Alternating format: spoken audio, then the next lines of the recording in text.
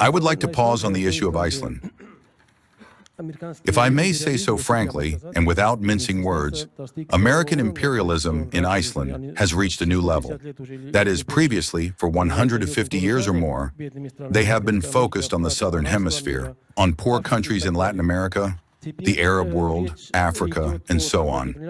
Now it is a matter of seizing Greenland by military means. The candidate for the post of United States Ambassador to Reykjavik, William Long, stated that he would make Iceland the 52nd state of the USA and would be the governor there.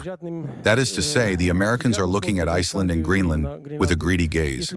How do you view it if there is a request from the official structures of Nuuk or Reykjavik, or from both capitals, for a treaty with the Russian Federation on friendship and cooperation, to start with,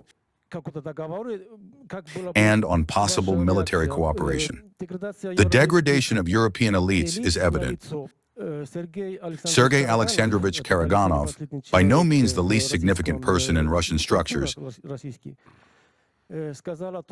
said in an interview with our colleague, the journalist Tucker Carlson, that it would be absolutely undesirable, but entirely possible to drop nuclear weapons on the European continent, and he would choose Germany. That's what he said. Could you comment on the words of Comrade Karaganov? Well, I will not comment on the words of Comrade Karaganov. The only one who can dispose of our nuclear arsenal is the Supreme Commander-in-Chief, the President of the Russian Federation. Our nuclear doctrine is an open document. Everything is clearly written in it. We update it periodically. It exists in the public domain. Everything can be read there. As for the hypothetical proposal from Greenland and Iceland, as I understand it, to conclude a mutual assistance treaty with the Russian Federation, you know, I do not see the conditions that would allow such a probability to be suggested. And I do not think that anyone in Nuuk or in Reykjavik is thinking about this topic. And basically, the logic of your question goes a bit in the wrong direction. But it turns out that you want these poor territories, one of which they are already going to take now, and the other, which will be next, so that they would run to us for help. But the point is not about someone not helping them, Russia or China or anyone else. The point is that they are members of the North Atlantic Alliance. And this alliance is currently undergoing a test of what it represents. Therefore, how should I put it? We are not at all interested in interfering in anyone's affairs. If we talk about Greenland, this is, after all, part of the problem related to the consequences of the colonial era.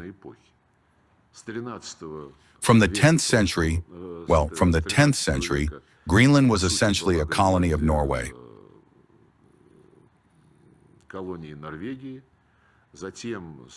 Then in the 18th and the first half of the 20th century, it was a Danish colony.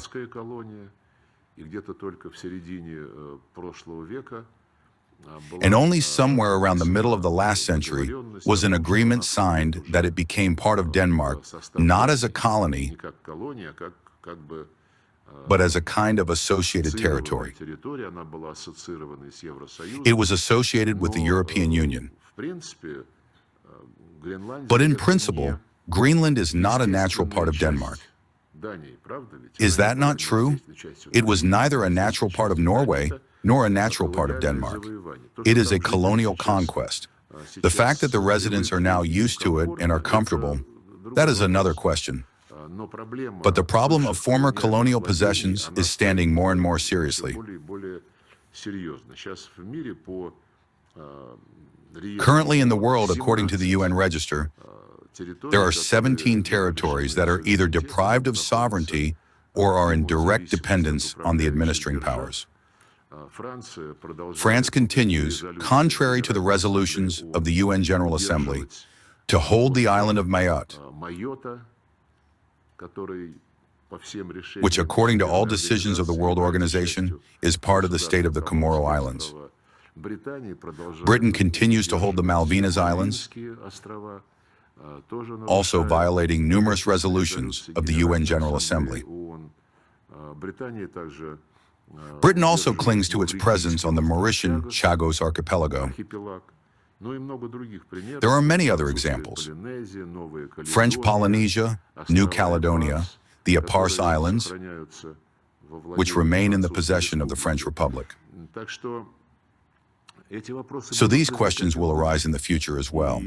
It is not for nothing that, within the framework of the group of friends in defense of the Charter of the UN,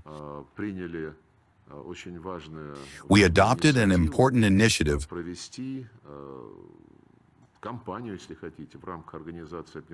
to conduct a campaign within the framework of the United Nations to clean up all traces remaining from the colonial era. As I have already said, on our initiative, every year on December 14th, the UN will observe the Day of Struggle Against Colonialism in all its forms and manifestations. Well, regarding Greenland specifically, I specifically wrote out some quotes.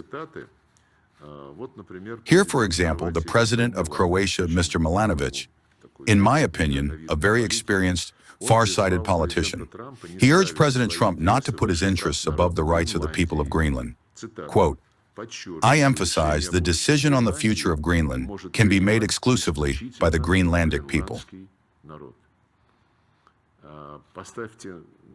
Put the people of Crimea in the place of the Greenlandic people, and much will probably become clear to you.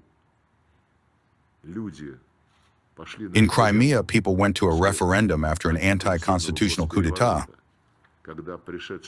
When the putschists who came to power declared war against the Russian language and sent militants to storm the Supreme Council of Crimea. But in Greenland, no one staged any coups. Simply, as President Trump said, this territory is important for the security of the United States. Crimea is no less important for the security of the Russian Federation than Greenland is for the United States. And of course, when they justify what is happening around Greenland by saying that otherwise Russia or China will seize it, well, there is no confirmation of this. And in the West, economists and political scientists are already refuting this. And by the way, Ms. Annalena Baerbock, who is currently the president of the UN General Assembly, also stated that the people of Greenland have outlined their position extremely clearly. It is a matter of their right to self-determination. Well, when they say such things, they should at least think a step forward or a step back and remember what they said about the right to self-determination of the people of Crimea, Donbass, and Novorossiya. In any case, we proceed from the fact that we have no relation to this issue.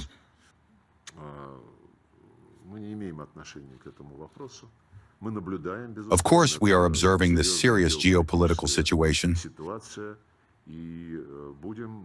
We will draw conclusions based on the results of the resolution of this problem.